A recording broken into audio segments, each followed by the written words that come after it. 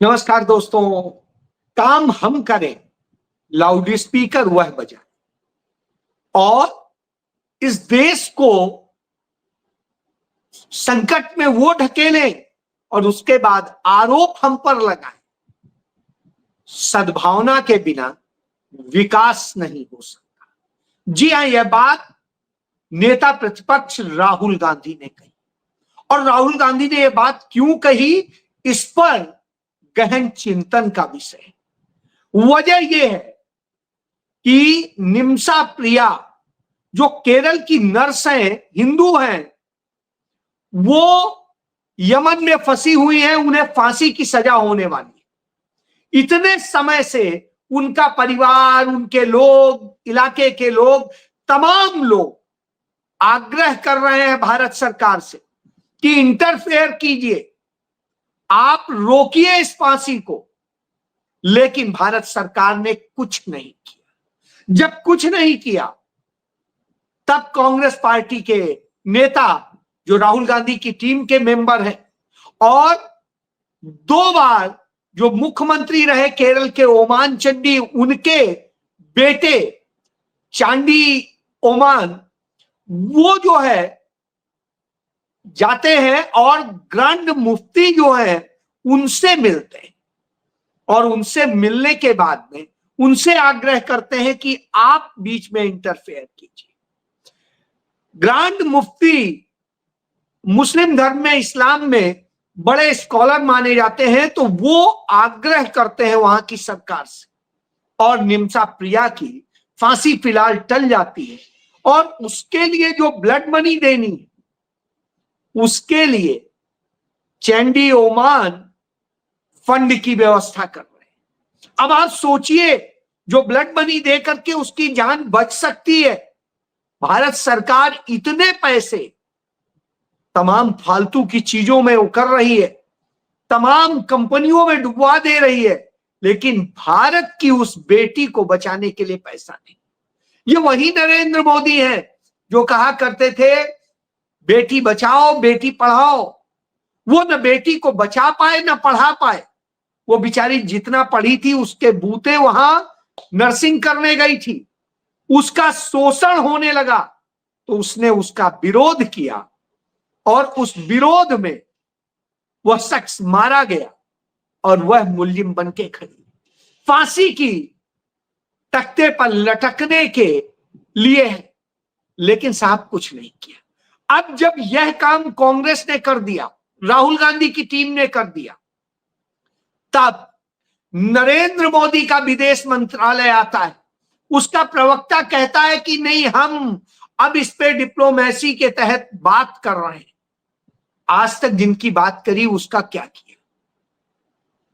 कोई ऐसा काम नहीं हुआ है जिसको लेके हम यह खुशी मनाएं। भारत की विदेश नीति इतनी बर्बाद कर दी कि भारत को बेइज्जत होना पड़ा। हथकड़ियों बेड़ियों में भारत के नागरिक आए, यह दशा की, और इसके बाद कहते हैं तो लाउड स्पीकर ये बजाते हैं।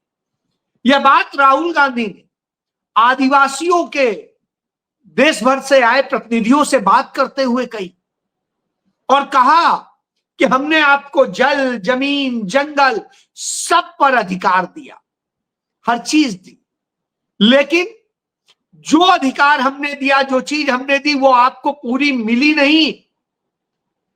मिलने भाजपा ने नहीं दी, लेकिन जितनी मिली उसका लाउड स्पीकर बता बता के श्रेय ये लेते।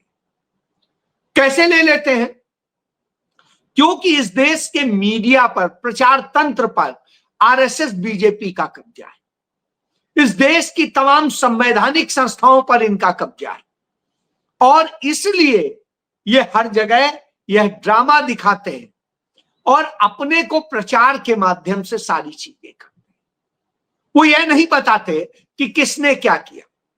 जब 81 करोड़ लोगों को 5 किलो मुफ्त अनाज देने की बात होती है तो उसका क्रेडिट खुद लेते हैं, लाउड स्पीकर बजाते हैं, उसके नाम पे वोट मांगते हैं। लेकिन यह नहीं बताते कि यह अनाज सिर्फ एक कानून के तहत मिल पा रहा है। उस कानून का नाम है खाद्य सुरक्षा कानून और जो खाद्य सुरक्षा कानून है उसके तहत यह मिल रहा है। अब जब उसके तहत मिल रहा है तो वो कौन लेके आया?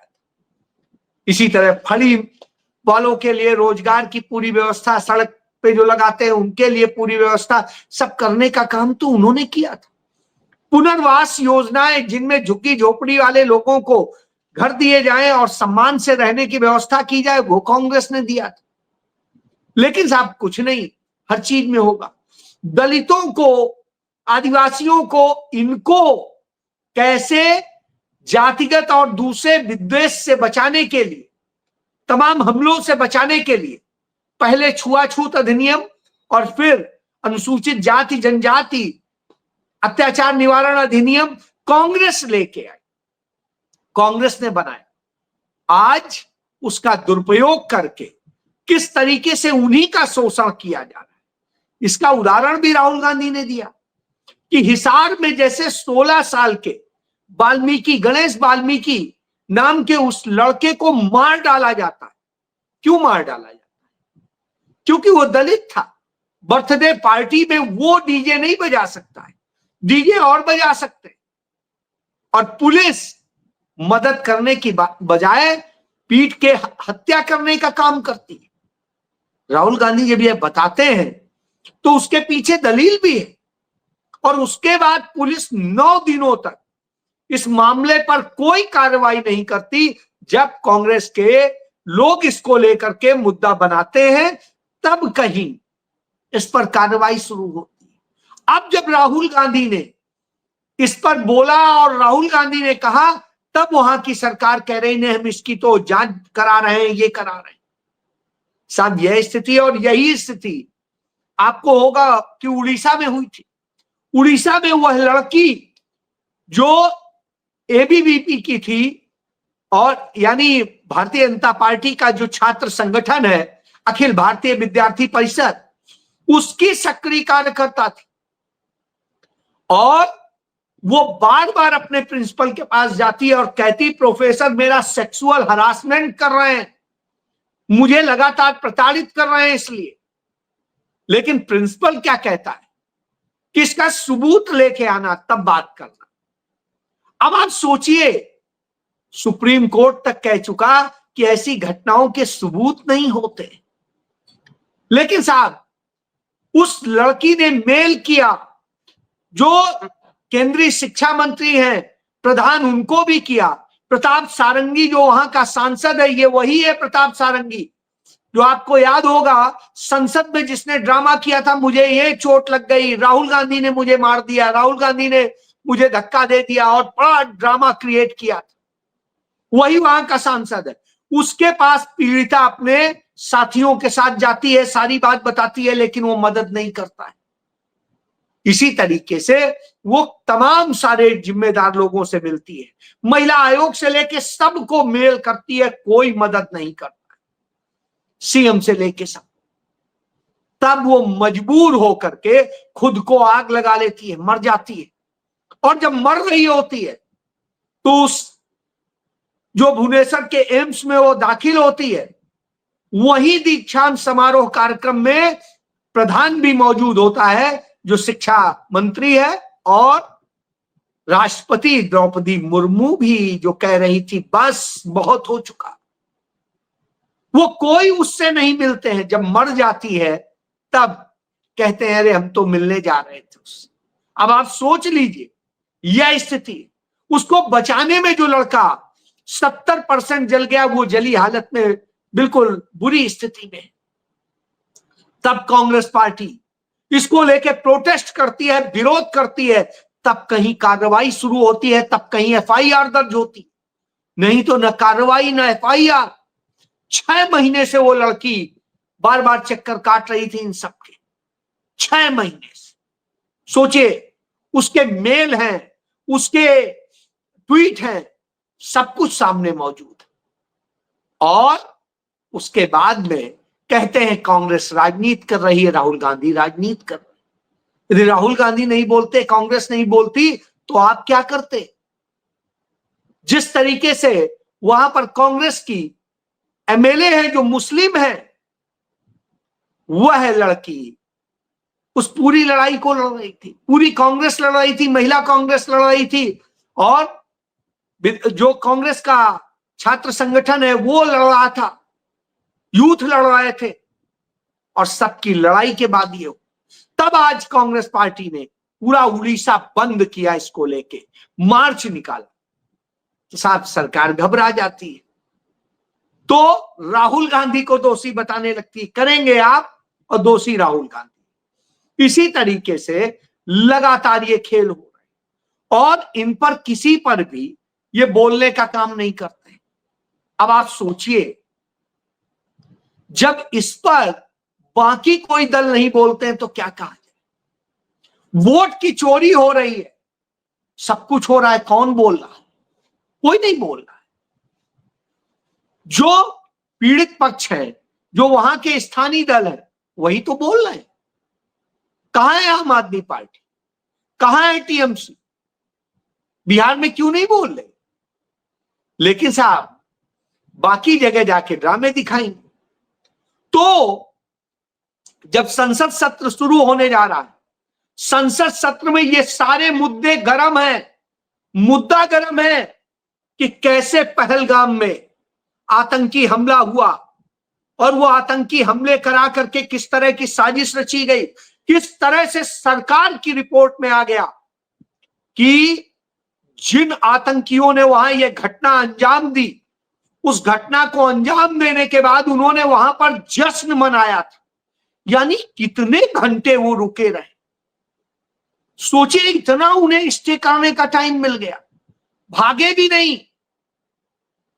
यानी आतंकियों को कोई डर था ही नहीं भारत की सरकार से, भारत की पुलिस से, भारत की सीआरपीएफ से, भारत की सेना से, किसी से डर नहीं था। क्यों नहीं था? जम्मू कश्मीर का जो इस समय डीजीपी है, ये वही शख्स है जब छत्तीसगढ़ में होता था तो नक्सली हमला करा करके और जिस तरीके से घटनाएं हुई थी, उन घटनाओं के बाद में इसने क्या क्या किया। इसी तरीके से कई और घटनाएं हुई हैं। जब पहलगाम के पहले पुलवामा में घटना हुई थी तो उस रेंज का वो आईजी था, और अब वो डीजीपी है। ये कनेक्शन क्या है? और कनेक्शन, वो डीएसपी कहां गायब हो गया जो इतना ज्यादा असलहे बारूद सब कुछ लेके जा रहा था? किस काम के लिए जा रहा था? कहां आतंक फैलाने जा रहा? क्यों नहीं उन पे चर्चा होती? और यदि मनोज सिन्हा इसकी जिम्मेदारी लेते हैं तो मनोज सिन्हा क्या इसकी सजा भुगतेंगे कि फांसी पे चढ़ेंगे कि इस्तीफा देंगे? क्या करेंगे? आपने कह दिया हाँ इसकी जिम्मेदारी ले ली, बात खत्म। आप एक सिपाही को जिम्मेदार मानते हैं तो उसको भी सस्पेंड कर देते, आप दूसरे उसको मानते हैं तो भी उसको कार्रवाई होती, सख्त से सख्त कार्रवाई होती, बर्खास्त किया जाता। यहां हुआ क्या? हमारे लोग मर गए, आतंकी जश्न मना के चले गए, और साहब कुछ नहीं होगा। तो जब इन सब मामलों पे संसद में घेरने की प्लानिंग होती है, इंडिया अलायंस उसके लिए प्लान तैयार करता है, और इंडिया अलायंस संसद के लिए ही बना था, लोकसभा चुनाव के ही लिए बना था। तो वो इंडिया अलायंस की जब मीटिंग तय होती है कि सुबह फ्लोर मीटिंग में पूरी रणनीति तय होगी, तो टीएमसी, ममता बनर्जी, जिनका मैंने बताया था कि भाजपा महिला मोर्चा की नेता और टीएमसी का नेता दोनों मियां बीवी की तरीके से दारू पीते हुए कुछ कर रहे थे, और जब वो एक कार में कर रहे थे तो आप सोचिए, यही खेल तो चलता है। मैं बार बार यही कहता हूं। तो वो टीएमसी बंगाल में इस बात के लिए मार्च निकाल रही है अपने ही राज्य में कि बंगालियों के साथ अन्याय हो रहा है, बंगाली भाषा से अन्याय हो रहा है। लेकिन पड़ोस में उड़ीसा में बेटी के साथ होता है तो वो कहीं नहीं दिखाई देती है। बिहार में जंगल राज मचा हुआ है, रोज बरोज घटनाएं हो रही, उन पर कुछ नहीं बोलेंगे। बिहार में अस्पताल के भीतर घुस के, आईसीयू के भीतर घुस के एक लड़के को मार दिया गया, गोली मार दी गई। 4 शूटर आए और सरेआम गोली मार के चले गए, सीसीटीवी कैमरे में घटना कैद। इसके पहले हमने खुर्जा में देखा, एक सामूहिक बलात्कार की शिकार लड़की को इंसाफ नहीं मिल रहा था, वो बार बार रो रही थी और अंत में उसने घर में फंदा लगा के अपनी जान दे दी। रोज ऐसी घटनाएं हो रही। कौन बोल रहा है? कांग्रेस और कौन? राहुल गांधी, प्रियंका गांधी, कांग्रेस के लोग। साहब बाकी क्या कर रहे हैं? बाकी सिर्फ मलाई खा रहे हैं। तो ममता बनर्जी तो महिला है, क्यों नहीं बोल रही? और जो बिहार में वोट की लूट हो रही, इस पर क्यों नहीं बोल रही? क्यों नहीं असम में जो लूट हो रही है उस पर बोल रही? उड़ीसा में हो रही, इस पर बोल रही है? तो सब पड़ोस के, ये सब तो पड़ोस के, क्यों नहीं बोल रही?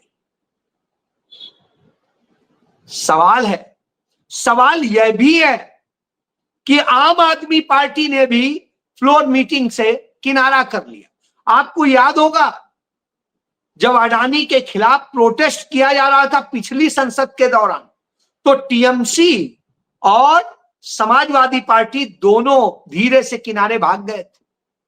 आम आदमी पार्टी भी कोने से बात कर रही थी। तो किससे आप समझ लीजिए हो क्या रहा है।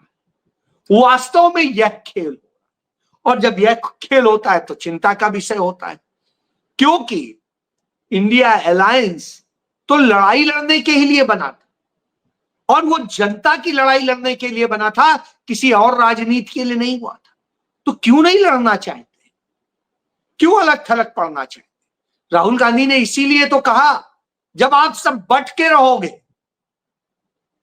तो आप बचोगे नहीं। यह आदिवासियों को, दलितों को, पिछड़ों को, अल्पसंख्यकों को उन्होंने मंत्र दिया, कहा बटना छोड़ दीजिए, सब एक होके अब लड़ाई लड़िए। संविधान तभी काम कर पाएगा, लोकतंत्र तभी काम कर पाएगा, और संवैधानिक संस्थाओं में जो ये आरएसएस के एजेंट बैठाए गए इन्हें सबक तभी दे पाएंगे। और बटे रहेंगे तो फिर आपको तोड़ लेना एक एक करके इनको आता है। तो इस पूरे खेल को आप समझ लीजिए, खेल क्या चल रहा है। इसीलिए राहुल गांधी ने कहा कि विकास जो है वो बगैर सद्भाव के नहीं आ सकता। तो सबसे पहले सद्भाव की जरूरत वह लाई। जी हां, सोचिए आप। जय